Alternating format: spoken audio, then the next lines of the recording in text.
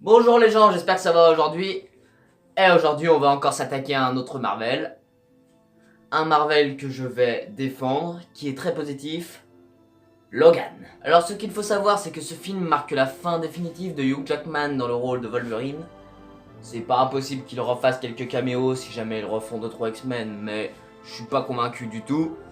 Donc dans ce film, les mutants sont morts. Alerte spoiler si vous l'avez pas vu, ce qui m'étonnerait quand même un peu. Donc ce film parle évidemment de Wolverine, dans lequel tous les mutants sont morts. Il ne reste que Charles Xavier, un petit nouveau qu'on n'avait encore jamais vu avant qui détecte les mutants. Et bien sûr il reste Wolverine. Alors je vais d'abord m'attaquer aux défauts. Logan est un petit peu con par moment. Quand le mec arrive et qu'il le frappe, il l'assomme et dit à l'autre d'aller le balancer pour le tuer, il est complètement con de pas l'avoir tué lui-même. Parce que à cause de ça, son pote se fait buter. On comprend pas non plus pourquoi il est malade, hein, on comprend pas ce qu'il a. Autant dans Wolverine, le combat de l'immortel, on comprenait pourquoi il était mortel, à cause de la connerie dans son cœur. Mais là, franchement, j'aurais aimé savoir comment les mutants sont morts. Donc de ce que j'ai compris, ce serait apparemment Charles qui aurait tué les mutants. Parce que quand il se confie à Logan dans son lit, alors, enfin c'était pas le vrai Logan, mais voilà. Quand il se confie à Logan, il a l'air de se sentir très très coupable. Et j'ai une grosse impression comme quoi ce serait lui qui aurait tué les mutants.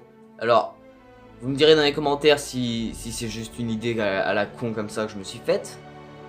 Mais je pense que c'est un truc dans le genre.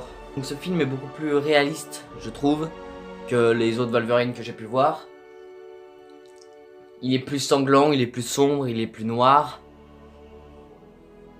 Il est... En fait, il est horrible sur tous les plans, je trouve. Logan, il est seul, Charles, il est fou, l'autre, il est... Enfin, son pote, là, il se fait torturer à mort, et en plus, c'est de sa faute s'il meurt. Mais lorsque la petite Laura arrive, tout change.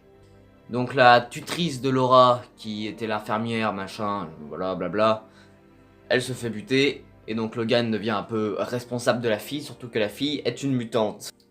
Une mutante pas très bavarde, parce qu'elle attend quand même au moins 1h30 de film avant de pouvoir allonger le premier mot. Donc Laura est officiellement la fille de Logan.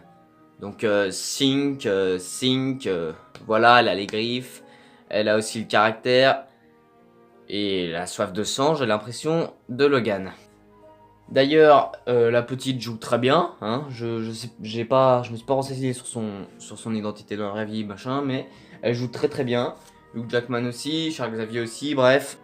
Autant vous le dire tout de suite, j'ai vraiment beaucoup apprécié ce film. Mais vraiment, pour moi, c'est le meilleur des X-Men qu'ils ont fait. Après X-Men le commencement, parce qu'il nous montre un autre aspect du héros. Un aspect plus violent et un aspect plus sombre. Mélanger Amazing Spider-Man 1 à Deadpool, voilà ce que ça donne. Donc cette fois, il nous montre un personnage brisé. Hein. Logan, il est brisé, il a plus rien. Il considère en plus Charles comme son père, presque. Hein. Il le considère vraiment comme son père, j'ai l'impression. Enfin, c'est l'impression que j'ai eue. J'avais pas l'impression qu'il jouait juste un rôle quand ils étaient chez l'autre famille. Donc je vais peut-être vous faire un résumé court de l'histoire. Les mutants sont morts, Logan est seul avec avec Charles et son pote. Son pote se fait buter quand Laura arrive. Quand Laura arrive, il décide de mettre des lunettes, d'aller dans les magasins et d'agresser le pauvre vendeur. Blabla, il y a l'histoire qui passe. Et ensuite, il découvre que Laura n'est pas la dernière mutante. Ce qui est plutôt une bonne nouvelle. Donc Charles supplie Logan d'aider Laura parce que c'est une mutante et tout. Et après il dit on pourra aller sur le bateau qu'on avait prévu. Pour moi en fait, pour la fin de Logan, il pouvait presque pas faire mieux. Sa mort est géniale, quoique un peu idiote.